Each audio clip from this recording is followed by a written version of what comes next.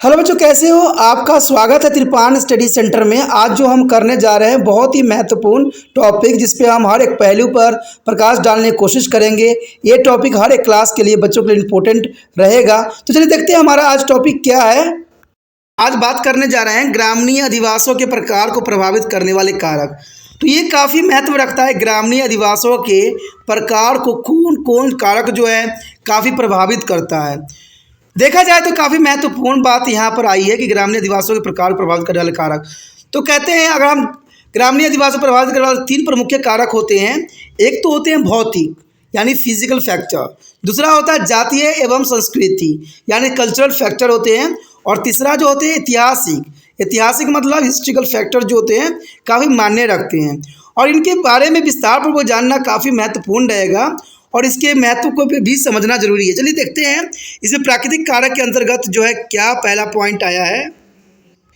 पहला पॉइंट जो आया है प्राकृतिक कारक यानी भौतिकीय कारक। कहते हैं इन कारकों में शामिल अगर हम देखें तो भूमि की बनावट रहती है और जलवायु तो होती है साथ में, और ढाल की दिशा भी काफ़ी महत्वपूर्ण रखता है, और मृदा की सामर्थ्य यानी मिट्टी की सामर्थ्य भी बहुत जरूरी कि मिट्टी को जो होल्ड करने की कितनी क्षमता है। जलवायु भी काफ़ी अपना जगह महत्वपूर्ण स्थान रखता है, और अफवाह भूमि जल स्तर आदि महत्व रखता है। इन कारकों का प्रभाव आवासीय मकानों के बीच की दूरियां तथा उनके प्रकार इत्यादि पे पड़ता है। कहते हैं राजस्थान के कुछ क्षेत्रों में पानी की उपलब्धता निर्णायक कारक है, इसलिए वहाँ मकान किसी तालाब या कुएं के आसपास संकेंद्रित होती है। तो इसमें कोई दो राय नहीं है, ये पुरातन समय का एक रूल है कि मकान वहाँ पर होते हैं जहाँ पर जो है पानी का स्रोत होता है।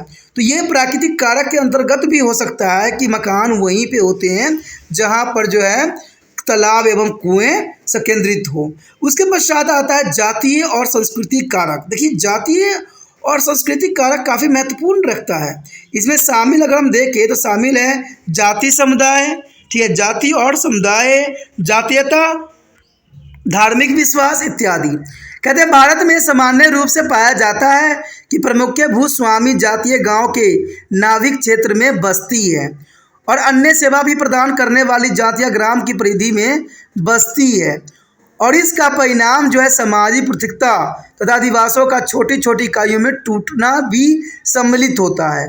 तो देखिए छोटे छोटे इकाइयों में टूटना ये बहुत ही महत्व रखता है।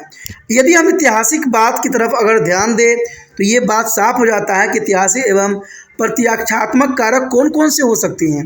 ऐतिहासिक काल में भारत के उत्तर पश्चिमी मैदानी भागों के अधिकांश भागों में कई बार आक्रमणकारियों और आक्रमण किया गया है। तो आपको पता ही होगा इस बात से कि अगर इतिहास की बात करें तो इतिहास में मैदानी भागों में अक्सर जो है आक्रमणकारियों का मेन अड्डा बना रहा। कहते हैं कुछ भागों कब्जे में भी लिया गया, और इसके पश्चात इसके लंबे समय तक बाहरी ताकतों के हमलों के अलावा देश के इस भाग में प्रमुख राज्य और साम्राज्य आपस में लड़ते झगड़ते रहे। तो ये सारे ऐतिहासिक कारक हैं जहाँ पर साम्राज्य के लिए जो है आपस में राजाएं लड़ते रहते हैं, और इसका बहुत काफ़ी प्रभाव पड़ता है किसी भी क्षेत्र के। इसलिए नाभिकीय प्रारूप अधिवास सुरक्षा के लिए काफ़ी महत्वपूर्ण रहता है, और ये जरूरी भी है।